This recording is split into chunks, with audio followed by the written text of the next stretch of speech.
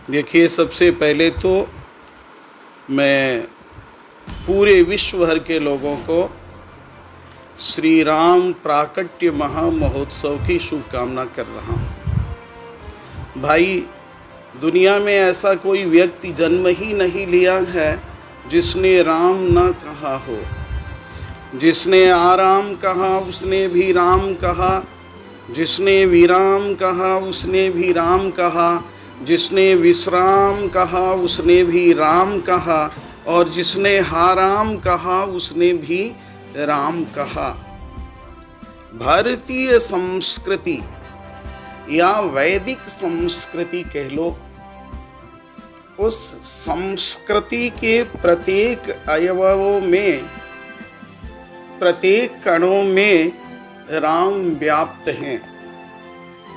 जो व्यक्ति राम का नहीं हुआ, जिसने राम के आदर्श को नहीं माना, वह व्यक्ति कभी भी सेवन करने योग्य नहीं हो सकता है। उसके द्वारा विश्व का कल्याण नहीं हो सकता है। बहुत स्वल्प समय में आपको कह रहा हूं, भगवान श्री राम ने राक्ष संस्कृति के विनाश करने के लिए और वैदिक संस्कृति के विजय ध्वज फहराने के लिए जब लंका पर चढ़ाई किए थे, उस समय अयोध्या से एक भी सेना नहीं बुलाई गई थी।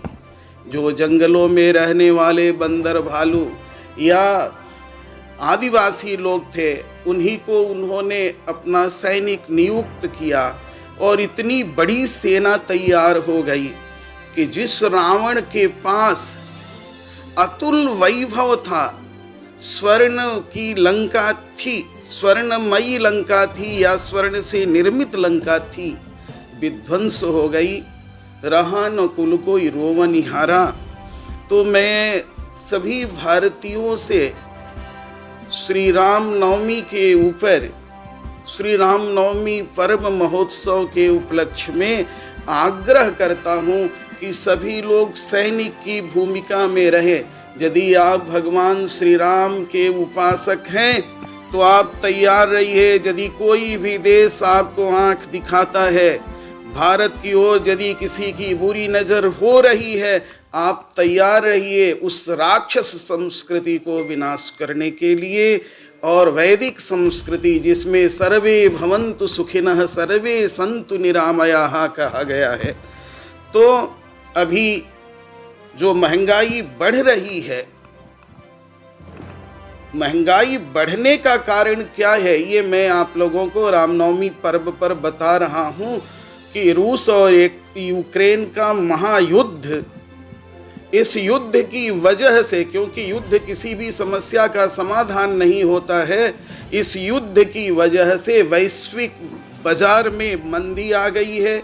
तेल नहीं मिल पा रहा है, पेट्रोलियम की कमी हो गई है। जब पेट्रोलियम की कमी हो जाएगी तो स्वाभाविक है कि खाद्यान्न के दाम बढ़ जाएंगे। इसलिए भ्रम में न रह करके राम राम कहिए।